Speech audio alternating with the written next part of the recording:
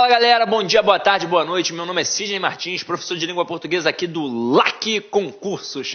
É um enorme prazer fazer parte dessa equipe, né? Sou um profissional novo na nossa empresa, que é, sem sombra de dúvidas, se não a maior, uma das maiores equipes de videoaulas do Brasil.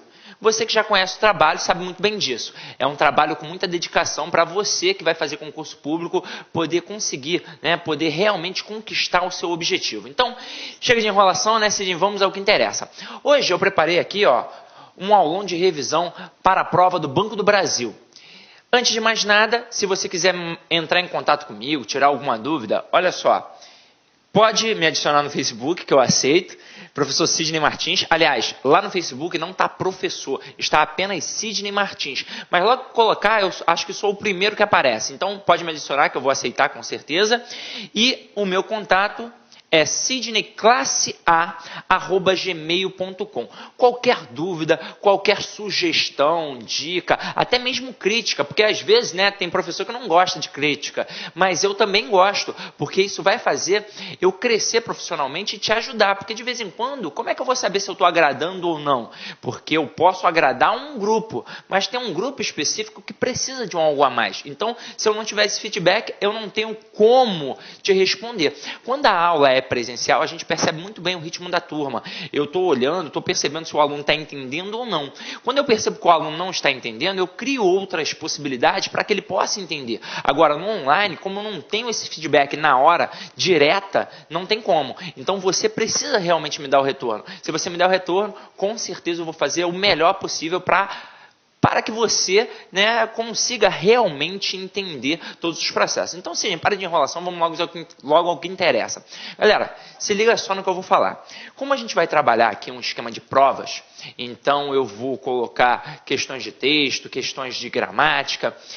De início, eu já vou te preparar. O objetivo é você fazer a prova, não é fazer a prova? Então se liga só.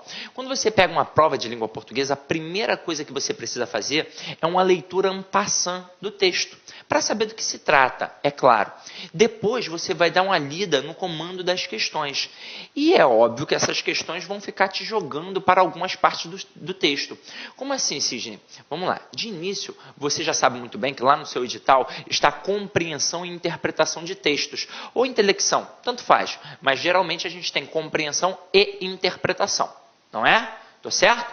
Aí tem muito aluno que pensa que é a mesma coisa, e na verdade não é, são coisas distintas, até mesmo por isso tem esse conectivo que indica adição, para mostrar realmente que são coisas diferentes. Quando eu falo de compreensão de texto, é algo que está dentro do texto. Ou seja, qualquer pessoa, se tiver calma e atenção, vai conseguir responder uma questão de compreensão. Como é que são os comandos? Segundo texto, segundo linha tal, segundo parágrafo tal, segundo termo tal. Quando você for fazer uma leitura pela segunda vez, o que você tem que fazer? Você tem que sublinhar esses pedaços. Os comandos da questão vão te mandar para a parte do texto. Então você vai sublinhar direitinho. Não existe prova de língua portuguesa sem estar rabiscada, sublinhada, envolvida. Não existe. Você precisa fazer uma boa prova. Então vamos lá. Quando você for fazer a segunda leitura, você vai ler só aquilo que está rabiscado, sublinhado? É óbvio que não. Você vai ler tudo. Mas com certeza naquele momento de destaque, tua atenção vai ficar o quê? Redobrada. E com certeza você vai conseguir compreender melhor o texto. Agora, quando a gente fala de questões de interpretação, é algo que vai um pouquinho além do texto. Como assim, Sidney? Eu preciso de um bom conhecimento de mundo. Então, tenho que ter lido bons livros, ter visto bons filmes, ter feito viagens, e assim eu amplio o meu conhecimento de mundo. Quanto maior o meu conhecimento de mundo, maior a minha capacidade interpretativa. Bacana, Sidney. Só que vamos lá.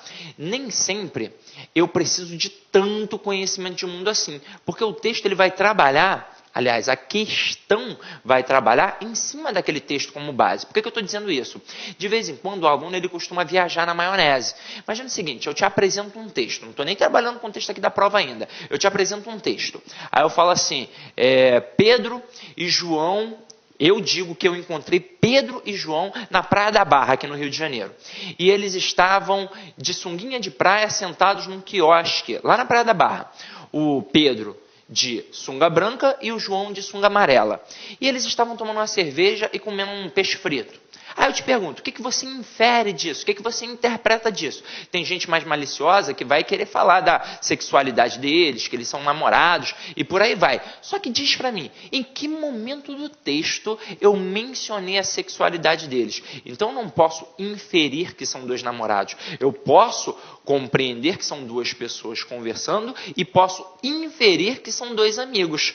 Afinal de contas, em nenhum momento do texto apresentado aqui, eu falei da sexualidade deles. Estão entendendo? Então é sobre esse prisma que a gente vai trabalhar. Então vamos lá. Outra coisa que eu vou falar, antes de começar, né? Sidney, está enrolando muito? Não estou enrolando não. Outra coisa que eu vou falar é o seguinte. Quando a gente faz a leitura do texto, e vai para a questão, de vez em quando a gente não compreende na hora o que precisa para poder responder. E aí você precisa voltar ao texto. Aí tem gente que vem assim, poxa, assim, mas se eu voltar ao texto eu vou perder tempo, porque eu só tenho 1 minuto, 1 minuto e meio para fazer cada questão. Gente, é melhor você voltar ao texto quantas vezes for necessário do que errar a questão, não é verdade? Então é em cima disso que a gente vai trabalhar. Então vamos lá, ó. Para o primeiro texto aí que eu preparei, é um texto que tem o título de Vista Cansada. Vou fazer a leitura na íntegra para você, tá, meu companheiro? Vou sair aqui um pouco do foco da imagem para você poder perceber o que tem aqui, tá? Então acompanha comigo a leitura aí com seu materialzinho, ó. Vista Cansada. Acho que foi o Hemingway quem disse que olhava cada coisa à sua volta como se a visse pela última vez. Pela última ou pela primeira vez? Pela primeira vez foi outro escritor quem disse.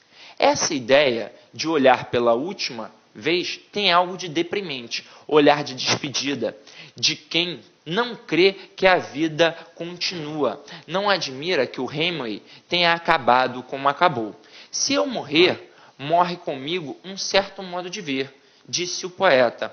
Um poeta é só isto, um certo modo de ver. O diabo é que de tanto ver, a gente banaliza o olhar. Vê não vendo. Experimente ver pela primeira vez o que você vê todo dia, sem ver. Parece fácil, mas não é. O que nos cerca, o que nos é familiar, já não desperta curiosidade. O campo visual da nossa rotina é como um vazio. Você sai todo dia, por exemplo, pela mesma porta. Se alguém lhe perguntar o que é que você vê no seu caminho, você não sabe. De tanto ver, você não vê. Sei de um profissional que passou 32 anos a fio pelo mesmo hall do prédio do seu escritório. Lá estava sempre, pontualíssimo, o mesmo porteiro.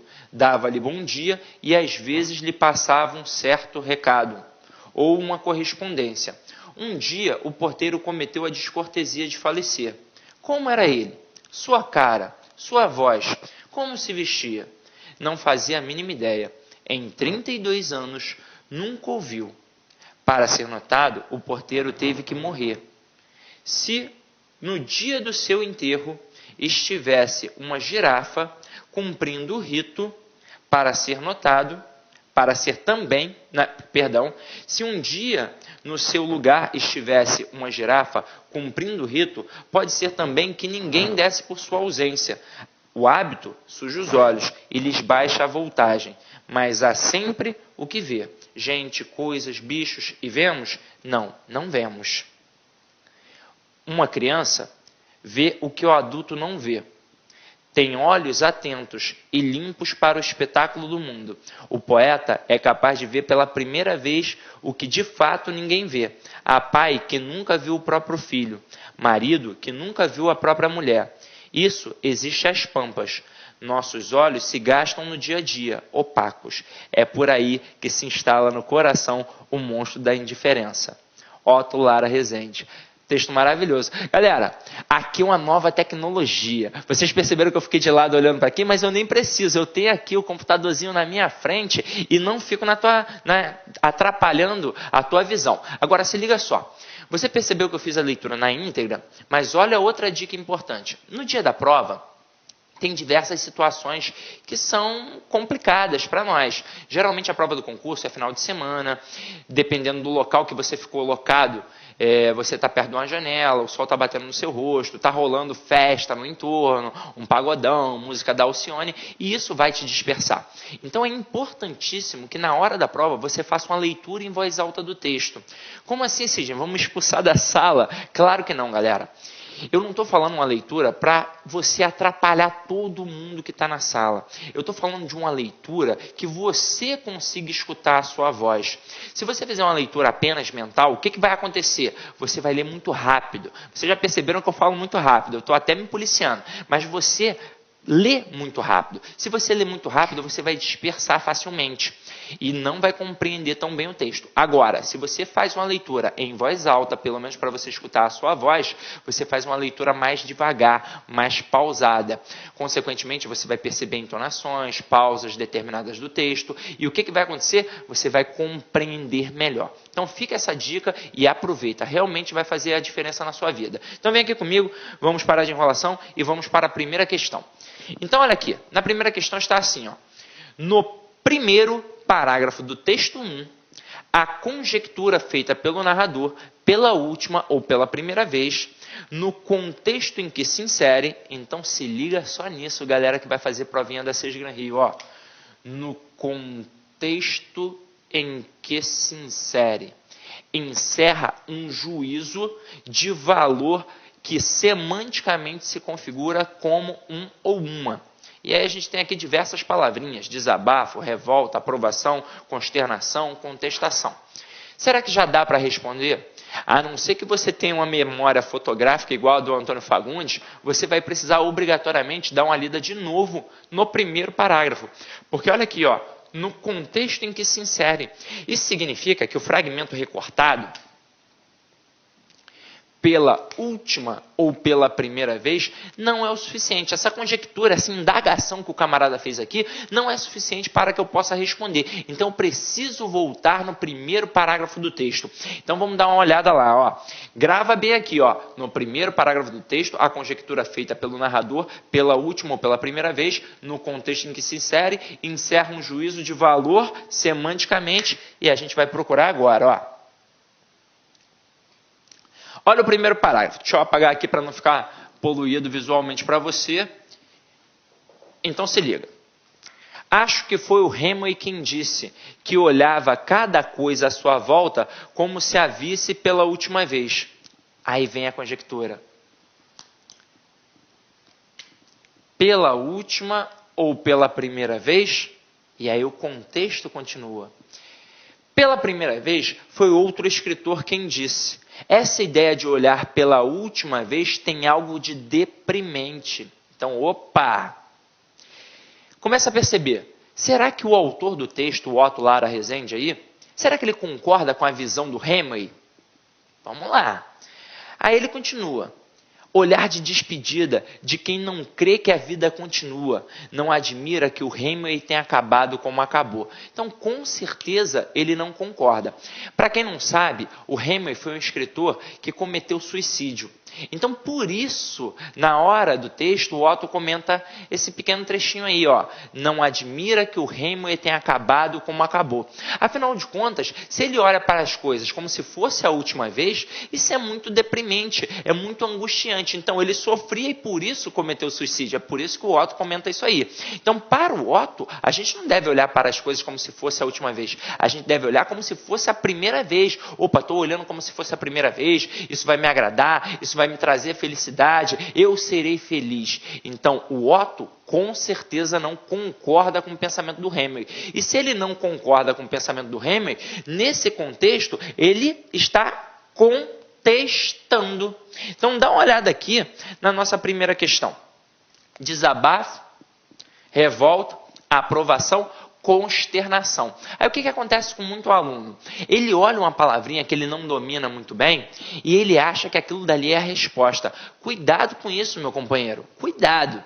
Então, olha como o conhecimento de mundo aqui faz uma diferença. Com certeza quem fez a leitura do texto e não sabia que o Hemingway tinha cometido suicídio, leu de um jeito. Quem já sabia, leu de uma outra forma, com uma visão muito maior. Então se liga aqui. Consternação é uma tristeza. Tem quando a gente olha um mendigo no meio da rua, que a gente fica triste com aquela situação, é uma tristeza consternada, é uma tristeza que incomoda. Isso é consternação. Agora, aqui na nossa resposta, só pode ser, sem sombra de dúvidas, a alternativa é. Então, contestação. O Otto, o autor aí no caso, ele contesta com certeza essa visão do Hemingway. Então, pode assinalar aqui, resposta letra É. Até o momento, tudo muito tranquilo, não é? Então vamos passar para o segundo momento. Agora a coisa começa a complicar um pouco, hein? Se liga aí, ó. As passagens que nos contextos em que se inserem estabelecem entre si um contraste semântico. Então, ó, para tudo, meu companheiro. Da mesma forma que aconteceu na primeira questão, você percebeu o que está acontecendo aqui na segunda questão. Ele manda você perceber o contexto. Então, olha só. Olha o fragmento aqui, ó. Nos contextos em que se inserem. Isso é muito importante. Isso significa que estes fragmentos que estão apresentados aqui não são o suficiente para que você possa responder com certeza a questão. Porque se eu olhar aqui, ó, um poeta é só isto, vê não vendo. O que nos cerca, o que nos é familiar, já não desperta curiosidade. São trechos que foram recortados de um momento do texto. Então, se foram recortados e eu não tenho o contexto, como é que eu vou dizer o valor semântico? Como é que eu vou apresentar se tem contraste, se tem oposição, se não tem? Não há como fazer isso. Então, eu preciso realmente votar no texto. Ah, sim, vai demorar pra caramba. Não importa. Com certeza, é melhor você responder a questão de forma certa do que errar a questão, não é? Então vem aqui comigo, ó. Vamos dar uma olhada no primeiro. Um poeta é só isto. E vê não vendo. Então eu tenho esses dois fragmentos. Eu estou procurando o quê? Um contraste, uma oposição. Ele me manda para o segundo parágrafo. Sabe o que significa, meu querido aluno? Vamos para o segundo parágrafo. Então olha lá, ó. É bom que a gente só precisa dar uma olhada no segundo parágrafo mesmo. Não precisa mais ler tudo. Então, olha aqui. Se eu morrer, morre comigo um certo modo de ver, disse o poeta. Um poeta é só isto. Lembra do comando da questão? Então, vem aqui comigo, ó. Um poeta é só isto. O que é isto? Um certo modo de ver. Interessante. O diabo é que de tanto ver, a gente banaliza o olhar. Vê, não vendo. Então avalie isso daí. Você que já fez a leitura do texto, se liga. O poeta é um certo modo de ver. O poeta é só isto, um certo modo de ver. Como é que o poeta vê as coisas? Como as crianças. Ele olha como se fosse pela primeira vez. Então tudo é agradável aos seus olhos. O poeta é uma pessoa sensível, segundo o autor aí. Então ele olha para as coisas como se fosse o quê? O primeiro momento. Então ele vê vendo. Agora, a gente banaliza tanto o olhar que nós já não enxergamos mais. Não é verdade? Está entendendo o processo? Então aqui, com certeza, sem sombra de dúvidas, tem o quê? Tem uma oposição, tem um contraste. Pô, se a resposta já é a letra A, com certeza a resposta já é a letra A. Então, a questão 2, pode ter certeza, é aqui a letra A. Pô, se não estou acreditando, eu quero tirar a prova dos 9. Eu quero ver se realmente não tem uma outra possibilidade. Então, acompanha aqui comigo. Olha a letra B. O que nos cerca e o que nos é familiar. Está também no segundo parágrafo. Vamos dar uma olhada, ó.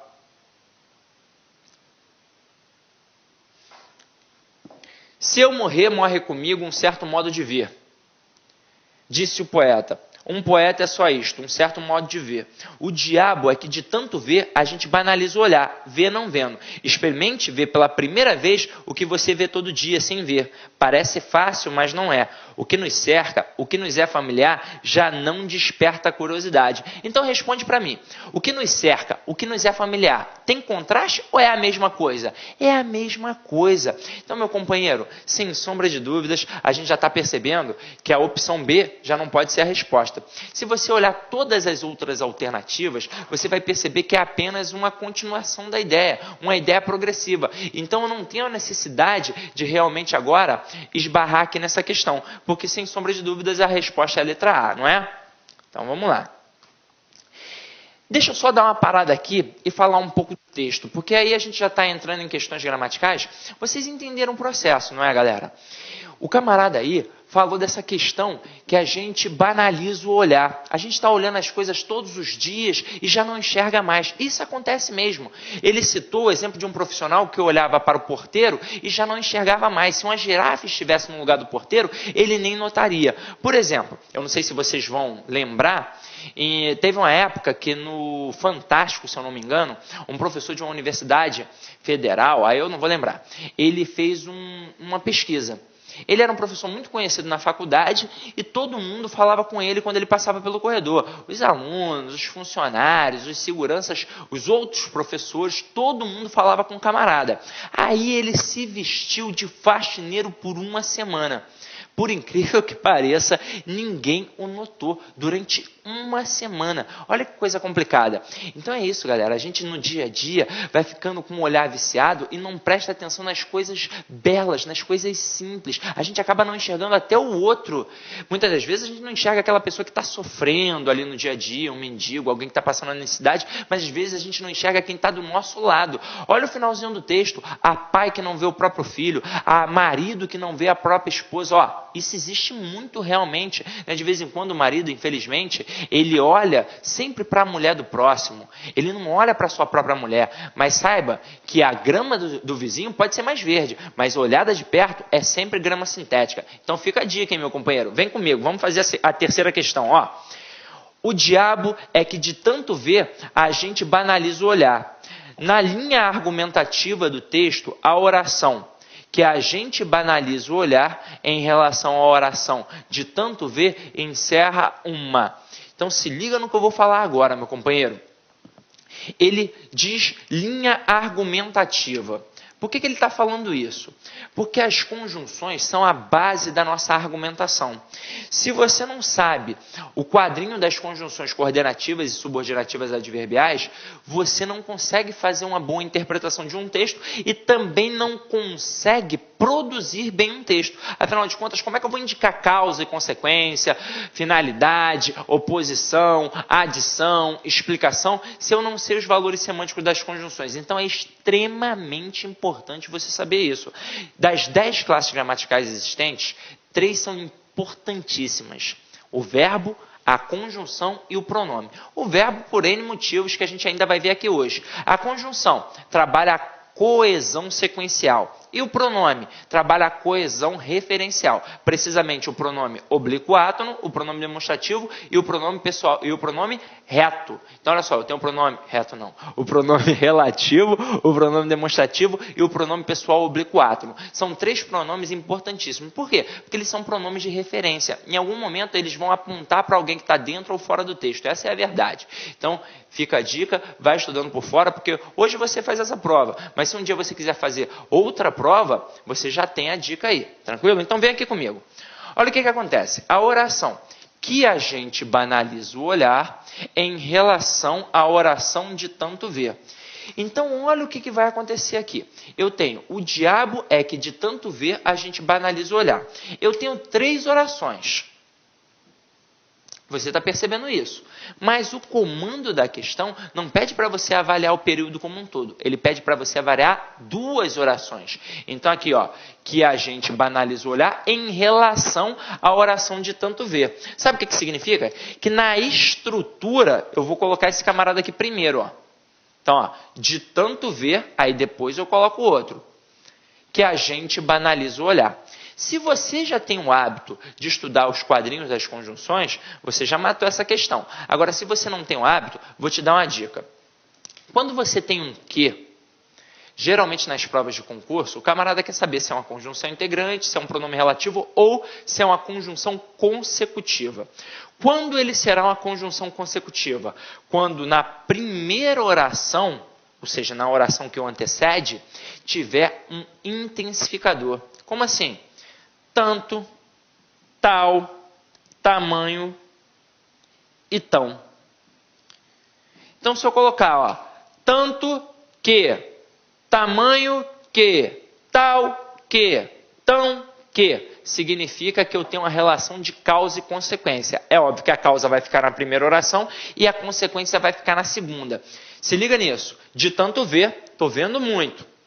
a gente acaba fazendo o quê? Banalizando o olhar. Então, qual é a causa? Eu vejo muito. E a consequência disso? Eu acabo banalizando o meu olhar. Ou seja, já não estou enxergando mais com tanta dedicação. Entenderam o processo? Sim, entendi. Mas já que é um aulão de revisão, aproveita e mostra um algo a mais aí pra gente. Então eu vou mostrar, ó. Já que eu dei a dica para você guardar, gravar os quadrinhos das conjunções, é importante que você entenda o que eu vou falar agora. O que eu vou falar agora não é para você fazer essa prova, é para a vida. Porque a conjunção, as conjunções, de certa forma, são a base da argumentação na língua portuguesa.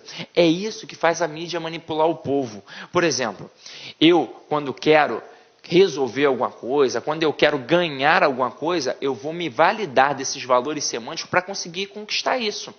Então, hoje em dia, não são os homens fortes que dominam o mundo, são os homens que têm o dom do quê? Da palavra. E o que eles vão fazer? Eles vão usar a conjunção. Então, se liga para você gravar isso. Eu vou colocar aqui 2 quadrinhos. Para que é isso, Sidney?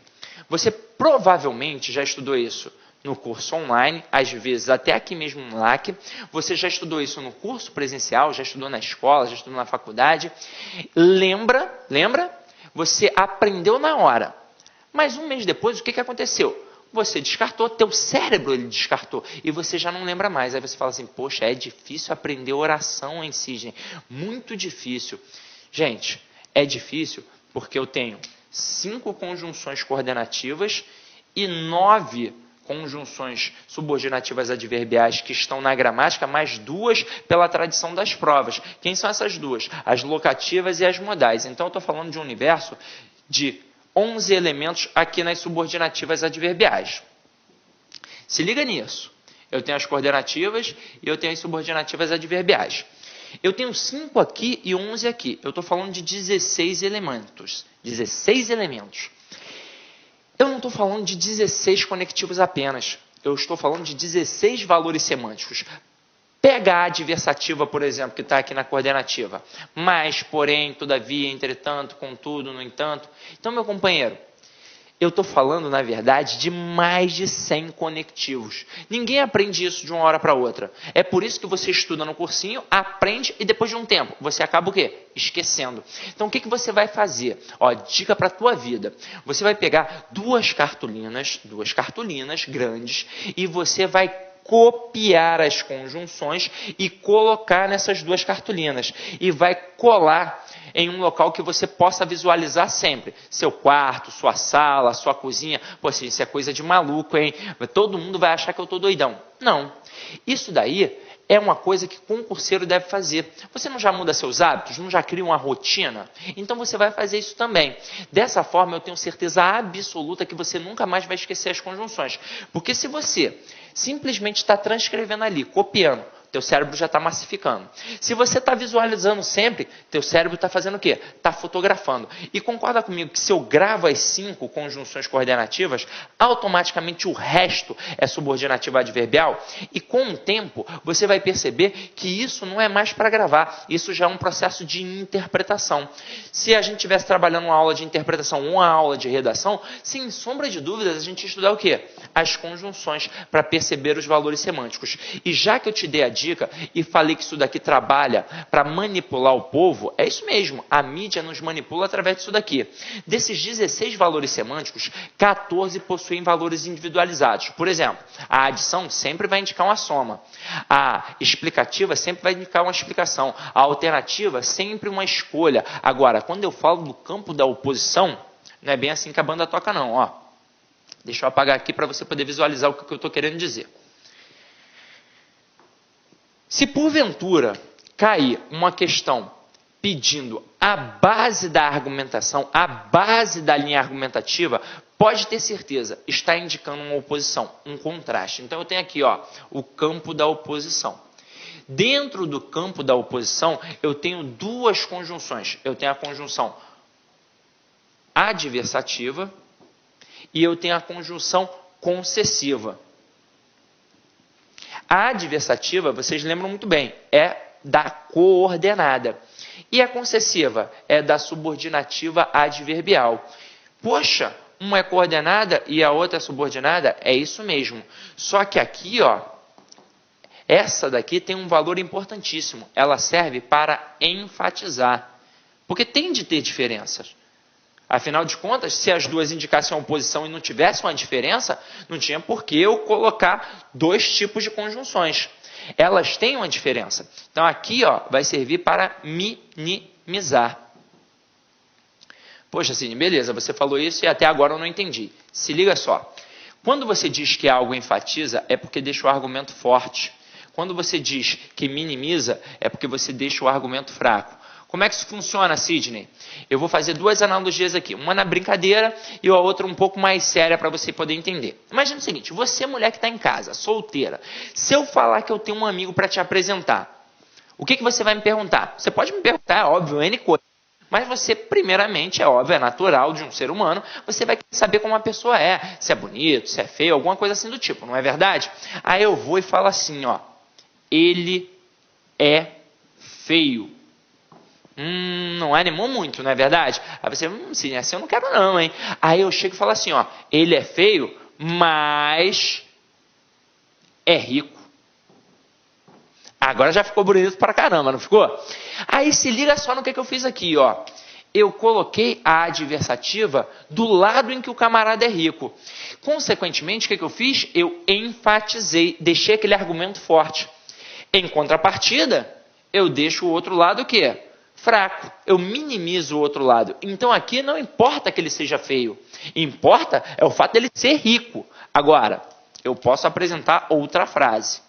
Ele é rico, mas é feio. Poxa, Sidney, você está me apresentando os mesmos dois fatos, não tem diferença. Claro que tem. Eu empreguei de forma diferenciada. Aqui, ó, eu disse ele é rico, mas é feio. Eu enfatizei o lado do feio. Consequentemente, eu minimizo o lado do rico. Então aqui, tudo bem que o camarada é rico, mas ele é tão feio, mas tão feio que não dá para encarar. Então se liga no que eu vou falar agora. Frase 1 e frase 2. Em cada ato de comunicação, preste atenção, em cada ato de comunicação tem sempre um emissor e um receptor, ou interlocutor, como você quiser. Quem é o emissor? O camarada que fala. Quem é o receptor? É aquele que vai decodificar, escutar, interpretar a mensagem em todo ato de comunicação. Até mesmo se eu estiver falando aqui sozinho. Estou aqui, ó, reclamando da vida, no ponto do ônibus, no ponto do táxi, no metrô. Estou aqui falando, reclamando da vida, reclamando da mulher, reclamando de alguma coisa. Eu sou o emissor e o próprio receptor. Então, eu sempre tenho emissor e receptor em ato de comunicação. Agora, nesse processo, eu sou o emissor e você que está em casa é o receptor. A receptora, né, no caso. Aí, se liga só. Se eu falo para você a frase 1, ele é feio, mas é rico, qual é a minha intenção nesse ato de comunicação? É que você fique com o meu amigo. Com certeza, sem sombra de dúvidas. Agora, se eu utilizar a frase 2, ele é rico, mas é feio, eu quero que você fique com o meu amigo? Não, por algum motivo. Ou eu, sei lá, não gosto dele, ou não gosto de você, eu não quero atrapalhar. Então, eu não quero. Entenderam? Ah, sim, você só colocou a versativa. Se eu colocar uma concessiva, vai ser a mesma coisa, só que invertendo. Se eu colocar aqui, ó, embora seja rico, é feio. Eu diminuo o fato dele ser rico e aumento o fato dele ser o quê? Feio. Até o momento eu fiz só brincadeira, mas eu falei que isso serve para manipular a gente. Então preste atenção. Os jornais, eles não podem dizer diretamente se eles são contra ou a favor de um governo. Se eles fizerem isso, eles vão sofrer sanções. O que eles vão utilizar? A língua portuguesa para nos manipular.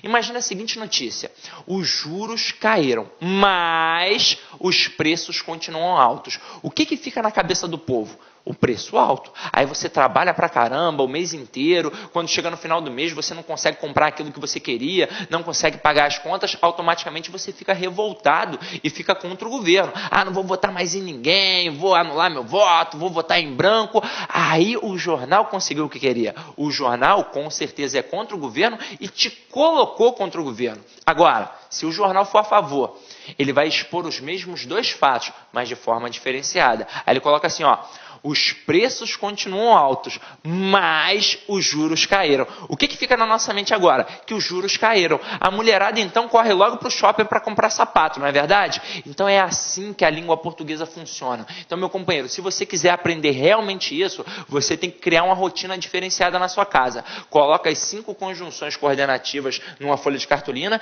e as 11 conjunções subordinativas numa outra folha de cartolina e cola num local que você visualize sempre. A partir disso, treinando em cima de exercícios, é óbvio que você vai aprender isso sem sombra de dúvidas. Tranquilo? Então vamos lá, vamos partir para a próxima questão. Deixa eu apagar aqui para não ficar poluído.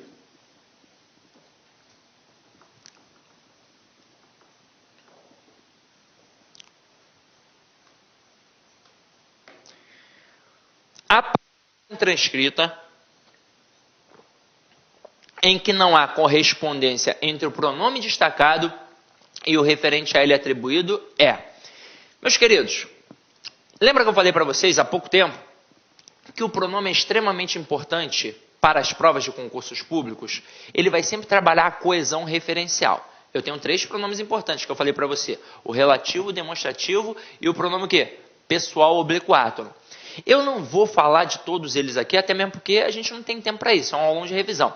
Mas eu vou mostrar um negócio para você. Vocês já ouviram falar em elementos endofóricos e em elementos esofóricos?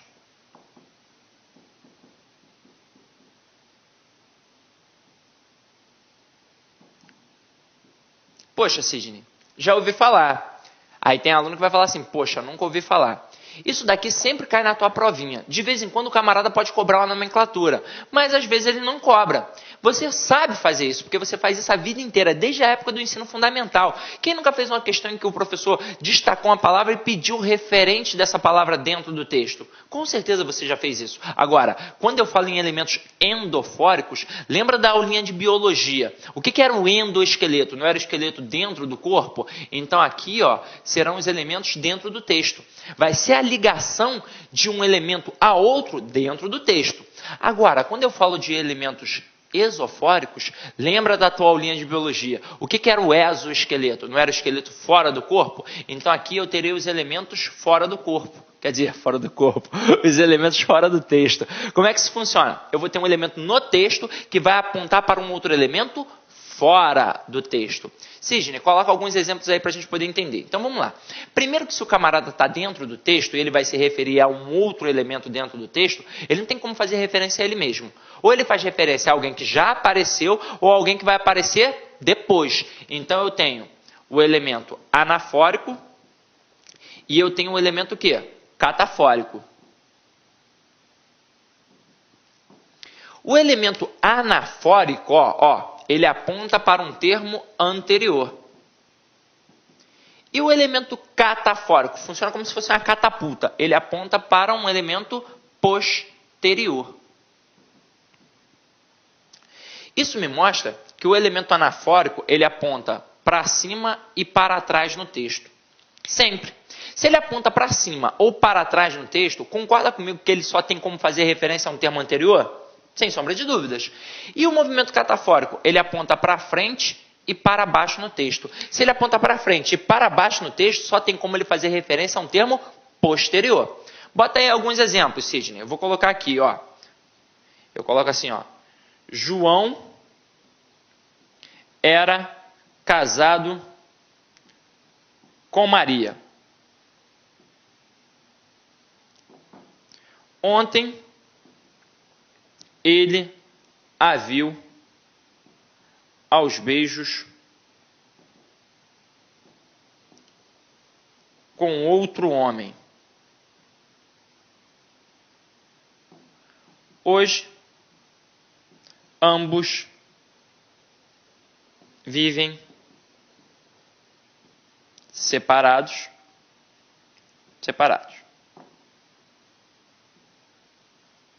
Deixa eu já colocar um outro exemplo aqui, ó. Neymar e Negueba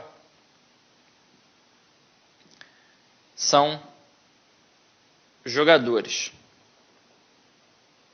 Deixa eu botar mais para cá. Jogadores de futebol. Este é craque, aquele pereba. Então vamos entender esse processo, que é um processo que você sempre vai fazer nas suas provas. Para que isso serve? Primeiro de tudo, a gente tem esses pronomes que trabalham com referenciação, porque na verdade é coesão, é para evitar a repetição de um termo. Se eu estou falando aqui contigo, trocando uma ideia, eu posso várias vezes repetir o mesmo termo que eu não vou causar estranheza. Você não vai estranhar, poxa, tá tranquilo. Agora, se eu escrevo e repito várias vezes o mesmo termo, o que eu estou demonstrando? Pobreza de vocabulário. É por isso que o Drummond já dizia que a arte de escrever bem é cortar palavras. Então é isso que você vai fazer, por exemplo, quando você for fazer a sua redação. Você vai pegar o seu rascunho e vai ler em voz alta. E vai perceber que você repetiu alguns termos. Aí o que você vai fazer? Você vai começar a cortar e substituir por outras expressões similares, ou até mesmo por nenhuma expressão. É um processo de coesão. Muitas das vezes quem auxilia a gente nisso é o pronome. Então vem aqui comigo. Ó. João era casado com Maria. Ontem ele a viu aos beijos com outro homem. Hoje ambos vivem separados. Nesse primeiro texto aqui, eu tenho dois personagens principais. Eu tenho o João e eu tenho a Maria. Então, João é o primeiro personagem, Maria é o segundo personagem. Responde para mim, tem algum elemento do texto que faz referência a João? Tem, não tem? É o ele. Então, ó, ele a viu aos beijos com outro homem. Com certeza é o João. Perceba, fez referência a um termo que apareceu anteriormente. Então, a referência anafórica. Tem algum elemento do texto que faz referência a Maria? Tem, o A. O A faz referência a Maria. Então, o que eu tenho aqui? Ó? Mais uma vez, uma referência anafórica, porque apontou para um termo anterior. Tem algum outro elemento do texto que faz referência a pelo menos um dos dois? Tem, o ambos. O ambos, no caso, faz referência aos dois. E visualiza, mais uma vez, referência a termo anterior. Seja sincero, isso é difícil? Não, é só você ter calma e atenção que você vai achar. O problema é que no dia da prova, nem sempre o referente está tão próximo. De vez em quando ele coloca um termo na linha 3, outro termo na linha 8, e isso só para dificultar a tua compreensão. Mas se está dentro do texto, você vai achar. Aí como é que funciona? O camarada destaca uma palavra, o A, por exemplo. Ou ele pede para você dizer o referente dentro do texto, diga qual é o referente do termo destacado. Ou ele utiliza uma nomenclatura. Se você já sabe que aquele termo está fazendo referência a termo anterior, com certeza é um pronome de coesão referencial anafórica. Tranquilo? Beleza. Agora, como nem tudo são flores, olha o segundo exemplo. Neymar e Negueba são jogadores de futebol. Este é craque, aquele é pereba. Você, sem sombra de dúvida, deve estar falando assim, poxa, craque é o Neymar. Poxa, jogador da seleção, do Barcelona, mas para mim, eu, que sou flamenguista, craque é um Negueba, que é prata da casa. Como é que é? Assim, é isso mesmo. Se liga só, os pronomes demonstrativos, eles têm uma questão de posicionamento. Lembra do ato de comunicação que eu falei contigo? Que eu tenho o emissor e o receptor? Quando eu uso os pronomes este, esse e aquele, olha o que vai acontecer. O este vai ficar próximo do emissor. O esse próximo do interlocutor e o aquele distante de ambos. Então eu estou conversando com você que está em casa. Aí eu falo assim, ó, tá vendo? Esta caneta é vermelha. Por quê? Porque está comigo. Então, ó, esta caneta. Se tiver na tua mão, eu falo assim, ó, essa caneta é vermelha. Estão entendendo o processo? E se eu jogar longe a caneta? Se tiver ali, ó, eu falo assim, ó, aquela caneta é vermelha. Entenderam muito bem? Então vem comigo. Como é que vai funcionar no dia da prova? Os avaliadores, eles não costumam colocar elementos, eles costumam colocar 2 elementos. Se eu coloco 2 elementos, perceba que eu vou ter um elemento mais próximo e um elemento mais distante. Se o este fica próximo do emissor, ele vai falar do elemento mais próximo. E se o aquele fica distante, ele vai falar, é óbvio, do mais distante. Então aqui, ó, quando eu coloco Neymar e Negueba são jogadores de futebol, este é craque. Quem é o este? É o Neymar. Quer dizer, perdão, este é o negueba, que é o elemento mais próximo. Então, o craque é o negueba. E o aquele? O aquele é o elemento mais distante. No caso aqui, ó, o Neymar. Como é que isso pode cair em prova? De 3 formas. Ou ele destaca, por exemplo, a palavra aquele e pede o referente. Agora que você sabe que o aquele faz referência ao termo mais distante, com certeza você vai acertar e vai dizer que é Neymar. Ou ele utiliza a nomenclatura. Pergunta se faz uma referência anafórica ou catafórica. Se você sabe que o anafórico faz referência ao tema anterior, você vai acertar. Ou ele dá uma floreada na questão. Como assim?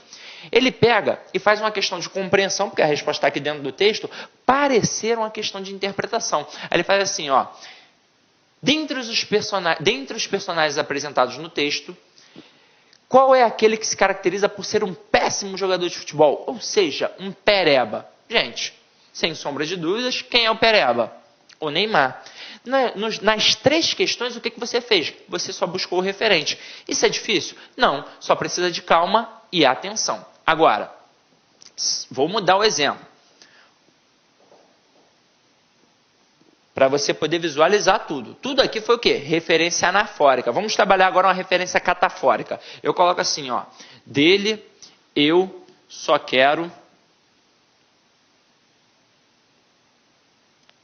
a pensão dos meus filhos.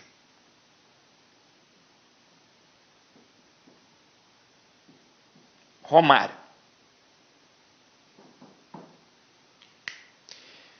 Este dele aponta para quem? Aponta para o Romário. Eu quero a pensão do Romário. Ele tem que me dar o dinheiro. Está fazendo um monte de filho, tem que me dar dinheiro. Então, aqui, ó, este termo apontou para Romário, que foi um termo que apareceu depois. Então, a referência catafórica. Seja sincero, isso é difícil? Claro que não é difícil. Então, isso daqui é molezinha. Agora, quando eu falo de elemento esofórico, a coisa muda de configuração. Fica um pouquinho mais difícil. Porque o referente do elemento que está dentro do texto, eu consigo achar ali, ó, dentro do texto. Agora, se o referente está fora do texto, eu preciso de um contexto para poder compreender. Então, se eu colocar assim, ó, eu te amo, por exemplo. Você sabe, ó, você chegou aqui e está olhando aqui, ó, eu te amo. Está escrito no quadrinho, aqui na nossa TV. Você sabe que foi eu que escrevi, é claro. Mas esqueça isso. Imagina o seguinte, você ligou aí teu computadorzinho e a única coisa que está escrita aqui agora, eu não estou aqui, ó, eu saí. A única coisa que está aqui é a frase eu te amo. Você não viu referência nenhuma, não sabe se a aula é do Sidney, não sabe nem se a aula é de língua portuguesa. Está escrito eu te amo. Você sabe quem escreveu? Não. Você sabe para quem foi escrito? Não. Então eu tenho 2 elementos esofóricos. Eu não sei quem é a pessoa que ama, nem quem é a pessoa amada. Agora, vamos criar um contexto para isso. Eu falo para você, meu caro aluno que está aí em casa, eu digo e olho no fundo dos teus olhos, eu te amo. Quem é o eu agora nesse contexto? O Sidney. E quem é o T? Quem é a pessoa amada? Você que está em casa. Então, nesse contexto, eu consegui achar o quê? O referente. Então, para conseguir achar o referente de um termo esofórico, eu preciso de quê? De um contexto. Se eu simplesmente olhar aqui para o texto, eu te amo, aponta para fora do texto, aponta para fora do texto. Eu não tenho referente. Entenderam o processo? Então, já que entenderam, é óbvio, num curso de interpretação, a gente trabalha isso com muito mais profundidade. Agora é só para você pegar o ritmo. Então, vamos logo para a questão, para de enrolação. Vamos lá. Ó, olha o que eu tenho aqui. Eu tenho diversos elementos destacados pedindo para a gente dar uma olhada no texto. Então, olha aqui. A passagem transcrita em que não há correspondência entre o pronome destacado e o referente a ele atribuído é. Então, como se a visse pela última vez.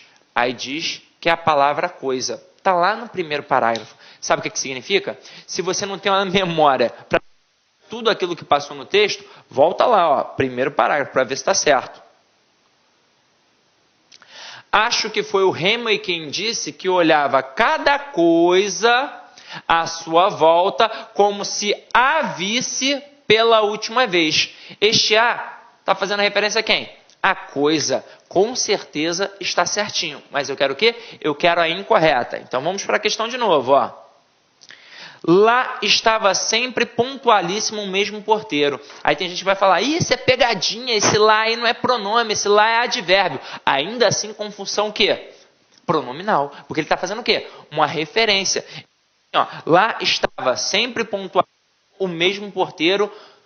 Aí ele diz que o lá é hall do prédio. Tá ou não tá certo? Tá, porque aqui a gente lembra daquela passagem que ele fala do porteiro que estava sempre no hall do prédio. Então tá certinho. Olha a C. A C pode confundir. O camarada diz assim, ó, dava-lhe bom dia. Aí ele coloca profissional. Terceiro parágrafo. Então, vamos dar uma olhada aí, ó. Terceiro parágrafo.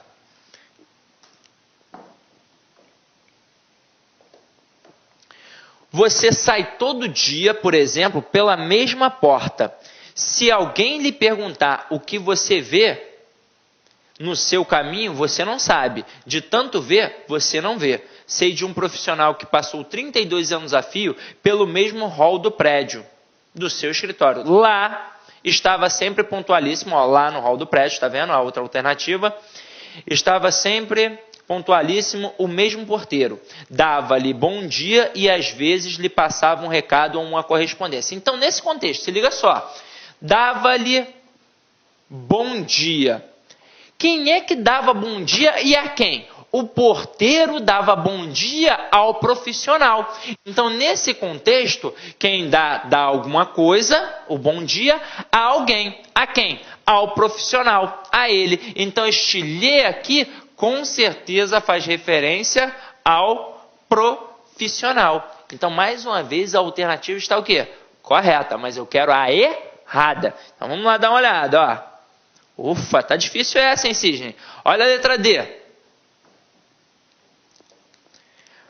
Pode ser também que ninguém desse por sua ausência. Girafa. Opa! Dá uma olhada lá no parágrafo, né? No nosso quarto parágrafo. Como era ele? Sua cara, sua voz, como se vestia?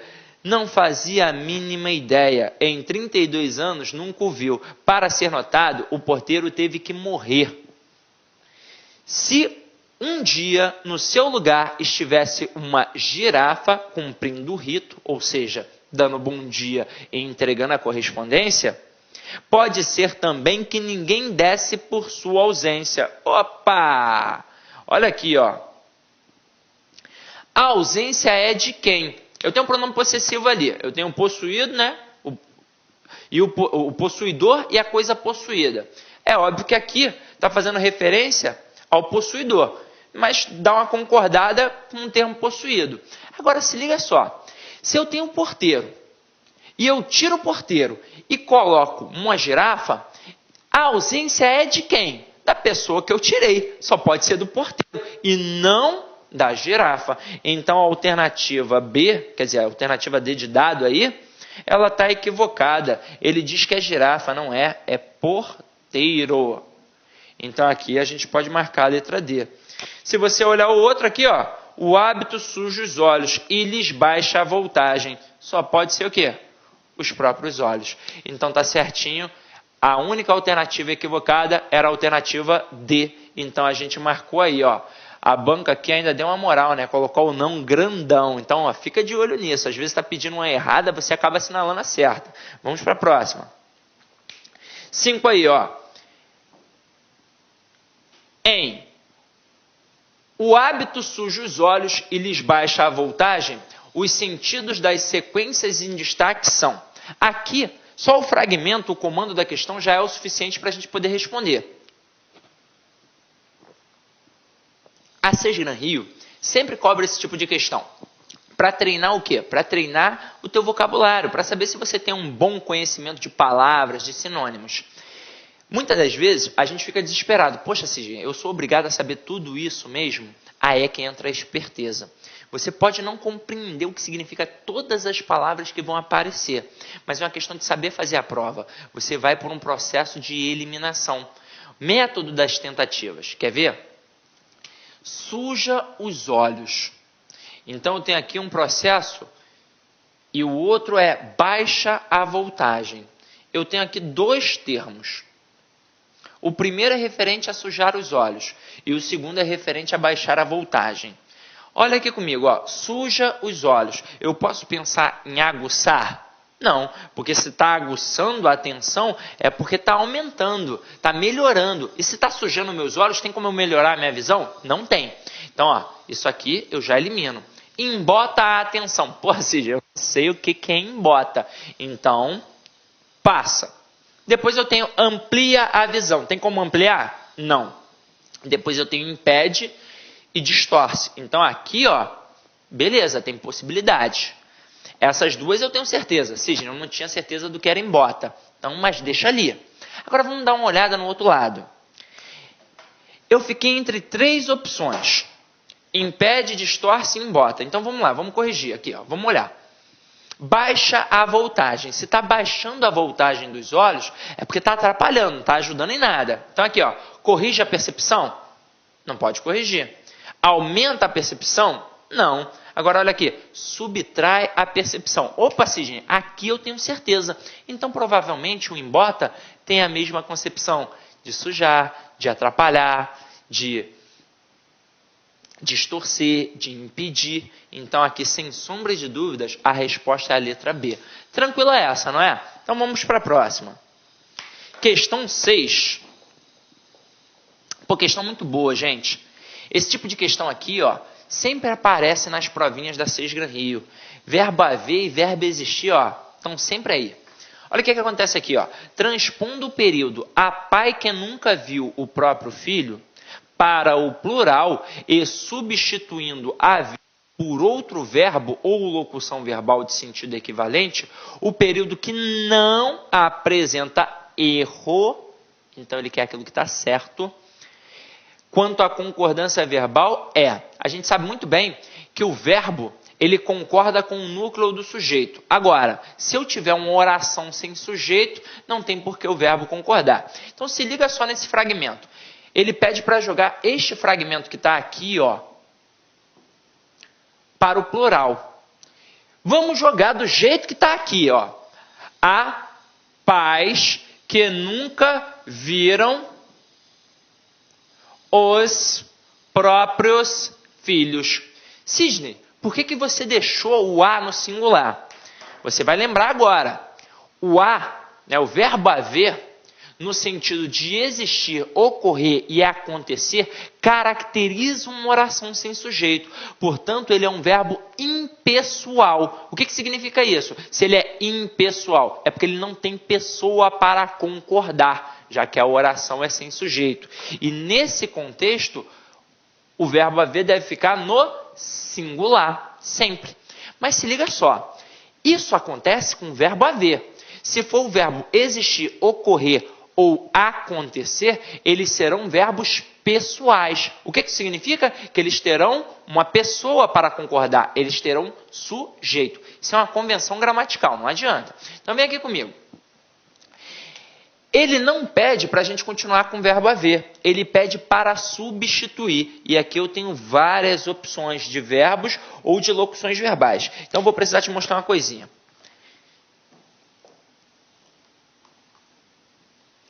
Então olha aqui, ó. O verbo haver, no sentido de existir, ocorrer e acontecer, ele é um verbo impessoal. Ele caracteriza uma oração sem sujeito. Então vamos lá. Ele é impessoal. E os outros são verbos pessoais. Se eu botar assim, ó, havia crianças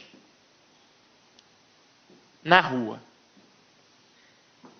Você já sabe, porque eu acabei de dar essa informação, que eu não posso colocar haviam crianças na rua, porque o verbo haver no sentido de existir deve ficar no singular. Aí o avaliador, esperto que só, ele destaca a palavra crianças e pede para você dizer a função sintática. Aí você pensa, meu Deus, Crianças é um termo animado. Ali só pode ser sujeito. Claro que não. Se eu tenho um verbo haver que caracteriza uma oração sem sujeito, crianças pode ser tudo, menos sujeito. Nesse caso, o verbo haver aqui é um verbo impessoal e ele funciona como verbo transitivo direto. Isso significa que o termo relacionado a ele vai funcionar como objeto direto. Agora, se eu utilizar quaisquer um desses verbos aqui, eu vou ter um verbo pessoal. Então, se eu colocar aqui, ó, o verbo existir. Existiam crianças na rua. Nesse contexto, o verbo existir é um verbo pessoal. Portanto, o elemento relacionado a ele será o sujeito. Então, crianças aqui é o sujeito. Observa. Sujeito no plural, verbo no plural. Em cima, criança está no plural e o verbo no singular. Mas por quê? Porque não é sujeito e sim objeto direto. Para nossa sorte, esses verbos são sempre cobrados em provas. Por que eu estou falando isso? Quando a banca Sesgran Rio cobra locução verbal, trabalha sempre em cima dos dois. Então, olha o que eu vou colocar aqui. Ó. Deve ou devem haver dúvidas.